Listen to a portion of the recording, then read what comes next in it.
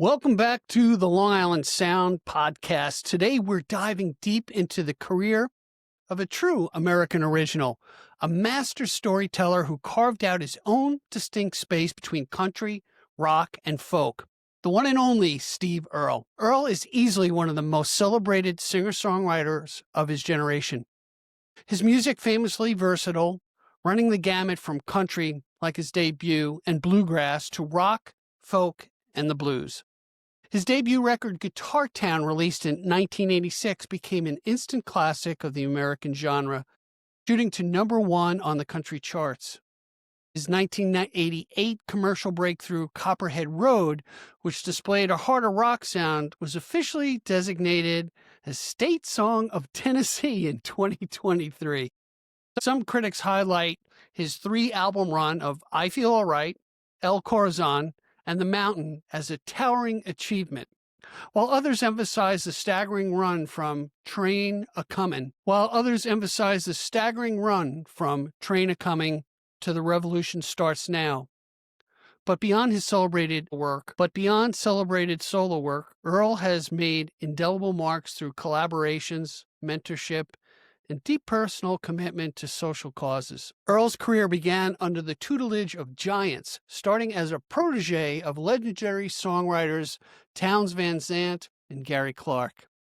Early on, he played bass in Gary Clark's backing band and appeared on Clark's 1975 album, Old Number One.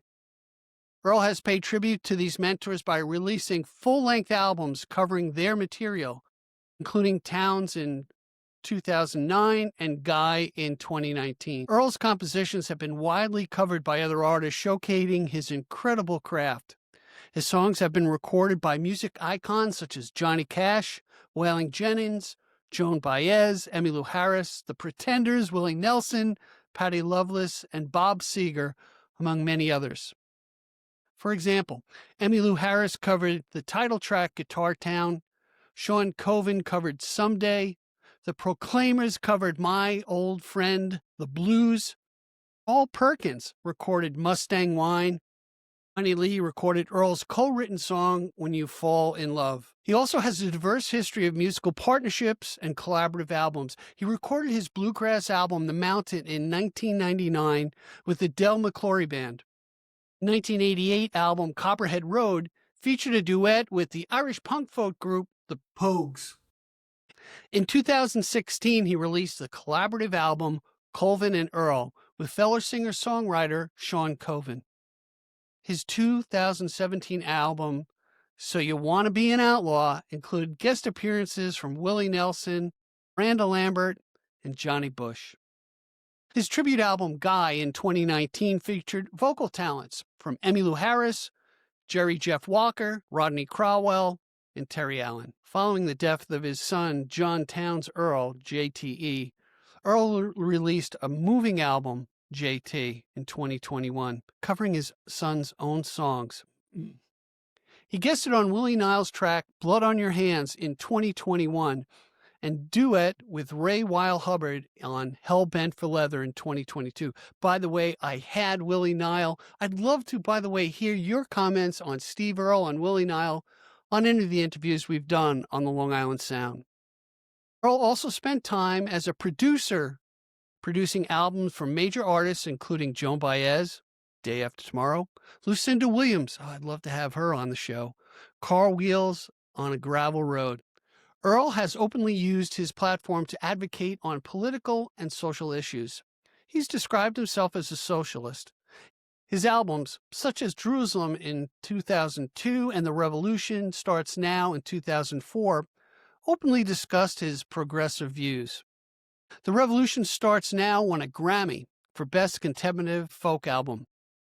His primary area of political activism is his strong stance as a vocal opponent of capital punishment.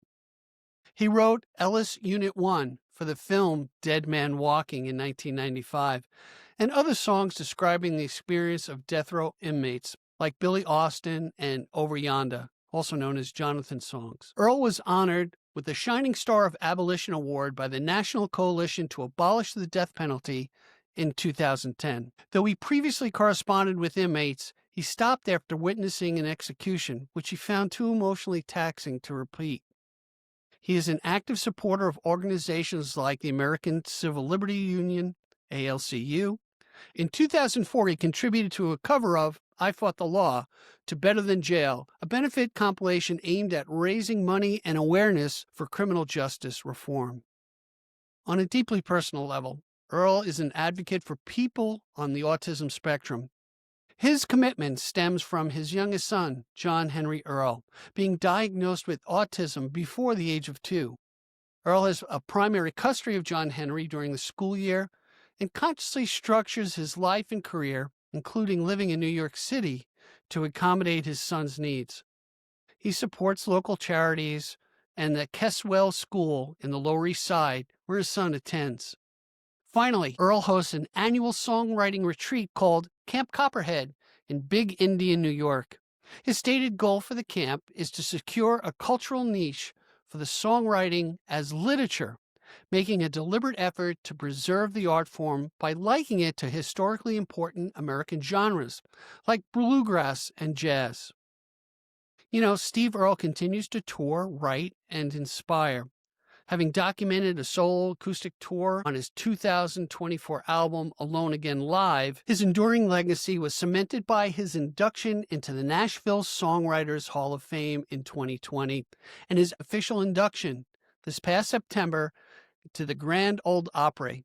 He is truly a force in American music, constantly blending the personal and political, proving that his artistic discipline remains as strong as ever. Hey, well, that's it for Steve Earle. Man, I hope to have an interview with Steve here on the Long Island Sound podcast. And as I say, be generous with your joy, keep your spirits high, and let the music take you on a journey. Be well, everyone.